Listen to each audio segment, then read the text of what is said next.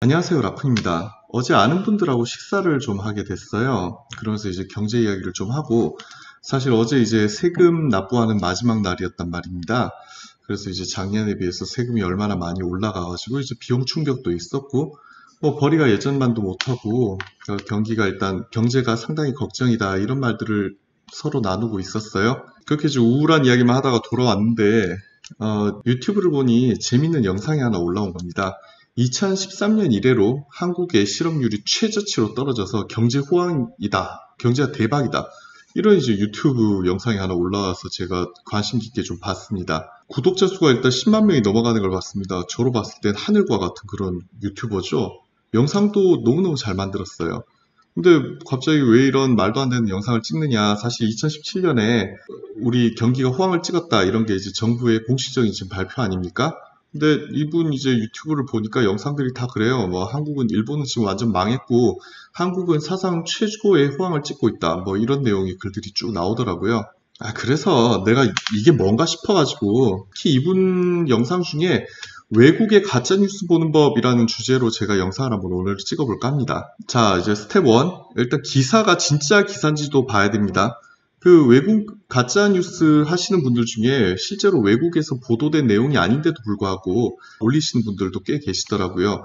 요즘 뭐 구글링이 잘 돼 있으니까 이 기사가 실제로 존재하는 기사인지 한번 찍어보도록 하겠습니다. 자, 해당 내용으로 지금 남한의 실업률이 2013년 이후로 가장 이제 낮다라는 주제로 제가 구글링을 해봤어요. 이 기사가 블룸버그와 그 다음에 알자지라 쪽에 두 군데 있네요. 일단은 기사가 존재하는 기사인 거는 맞는 것 같습니다. 그래서 이번에는 알자지라 거를 먼저 클릭을 한번 해볼게요. 알자지라에서도 이제 똑같은 내용으로 기사가 나오죠. 하지만 이게 보면은 출처가 이제 블룸버그라고 있습니다. 우리나라 연합뉴스가 있는 것처럼 딴 뉴스사의 기사를 받아가지고 그대로 게재하는 경우들이 있거든요. 그래서 알자지라의 뉴스는 따로 보지 않고 우리는 이제 블룸버그 뉴스만 보도록 하겠습니다. 자, 클릭해보니까 실제로 이 뉴스가 존재를 하죠. 그럼 이제 스텝 2, 기사의 출처가 어딘지 본다입니다. 이 기사에 보면은 기사의 작성자가 바이 지연 리 그리고 후연 킴이라고 돼 있죠. 이분들 한국 사람들 아닌가요? 아니면 뭐 교포일 수도 있지만 어쨌든 이름이 한국 이름이에요. 우리가 외신이다라고 이야기하지만 외신에도 소스가 있습니다. 이 기사에는 틀림없이 소스는 한국인 혹은 이제 검은 머리의 외국인이죠. 그렇게 본다면은 이게 한국 기사다라고 보는 게 아마 맞을 겁니다. 한국에서 쓰여져 가지고 외국으로 이제 송출된 그런 기사니까 한국 기사다라고 보는 게 맞을 거예요. 같은 현상을 보고서도 여러 가지 관점으로 바라보듯이 이 한국 경제에 대해서도 이분들이 다른 시각을 가지고 바라볼 수 있다라고 생각을 합니다. 그래서 좀 더 살펴보도록 하겠습니다. 자, 스텝 3. 이전 기사들을 살펴보도록 합니다. 이 기자들의 이름을 찍어보면 이전에 썼던 기사들의 내용이 나옵니다. 이 기자들이 어느 쪽에 자기가 이제 관점을 가지고 이 기사의 논조를 썼을 수가 있잖아요.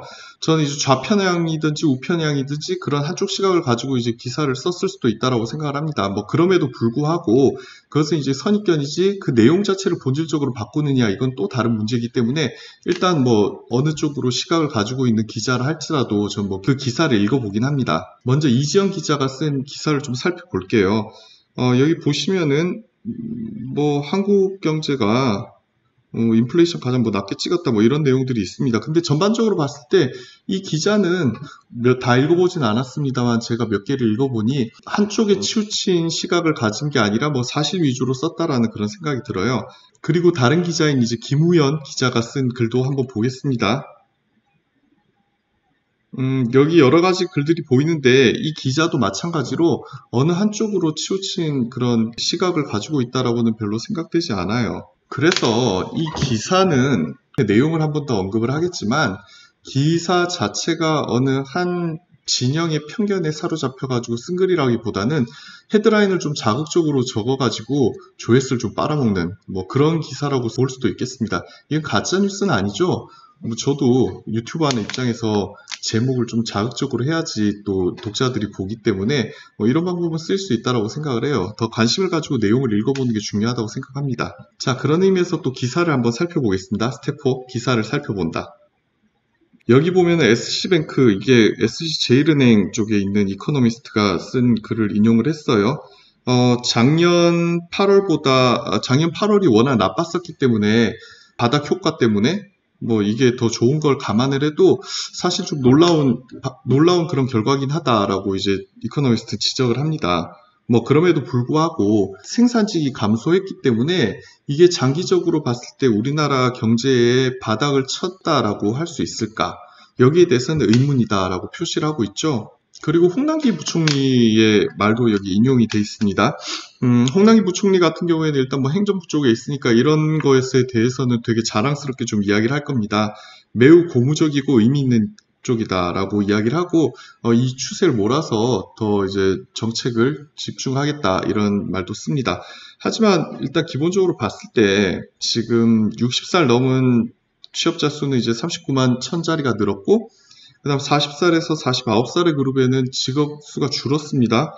그리고 이제 생산직에서는 2만 4천 직업이 줄었고 그리고 도소매업에서는 5만 3천 자리가 줄었고요. 그리고 사회사업에 대해서는 17만 4천 자리가 늘었습니다. 세금으로 직업이 늘었다는 소리죠. 기사 어디를 봐도 조심스러운 전망은 있지만 이게 우리 경제가 대박이 났다 이런 내용은 전혀 아닌 겁니다. 이 기사는 가짜뉴스가 아닙니다. 하지만 이 기사를 옮긴 그 유튜버분 정말 명백하게 가짜뉴스를 만든 거예요. 원소스인 뉴스가 가짜가 아니라 이것을 가공하거나 거기에 살을 붙여가지고 가짜뉴스로 만드는 것. 이게 우리가 요즘 보고 있는 많은 가짜뉴스의 모습이라고 생각을 합니다. 저 개인적으로 모 신문사의 지금 독자위원으로 제가 활동을 하고 있습니다. 기자분들과 많은 대화를 할 기회가 있는데요. 기자분들이 이야기를 합니다. 데이터 가공하는 거는 진짜 힘든 일이다. 기자가 의견을 가질 수도 있고 논조도 가질 수 있지만 데이터 자체에 손을 대는 건 상당히 위험한 일이라고 이야기를 합니다. 왜냐하면은 이렇게 글을 한번 써놓으면 박제가 되는 거거든요. 그거를 자기가 가공을 잘못해가지고 올렸다가는 자기 정말 거짓말쟁이가 되는 겁니다. 기자 사회에서는 매장이 되는 거죠. 그 문제는 이 기사 이런 가짜 뉴스를 믿는 사람들이 너무너무 많다는 거예요. 이분 그 영상을 보니까 지금 조회수가 30만이 넘었어요. 좋아요가 거의 10,000개? 그리고 댓글 2,000개가 전부 다 그렇게 우리나라 경제가 좋습니까? 라고 말하는 글들 밖에 없습니다. 저는 너무너무 충격을 받았어요. 하지만 뭐 그럴 수도 있다라고 생각을 하는 게 영상을 너무 잘 만드셨습니다. 저도 뭐 밥 먹고 있다가 옆에 뉴스가 그렇게 나왔다면은 충분히 넘어갈 수 있는 그 정도의 퀄리티의 뉴스였던 것 같아요. 하지만 그럼에도 불구하고 이분이 가짜뉴스를 만드는 유튜버라는 데는 변함이 없습니다. 이게 자료를 볼 능력이 없어서 이렇게 만들었을 수도 있고 거짓말을 했을 수도 있다라고 생각을 해요. 자료를 볼 능력이 없어가지고 이렇게 만들었다는 것도 분명 문제인데 만약에 알면서도 이런 영상을 만들었다고 하면 그 사람 진짜 나쁜 사람이라고 생각을 합니다. 그리고 우리는 이런 데 속지 않도록 기사를 보는 능력을 기르고 조금이라도 더 부지런해져서 기사를 직접 읽어야 된다고 생각을 해요. 감사합니다. 라쿤이었습니다.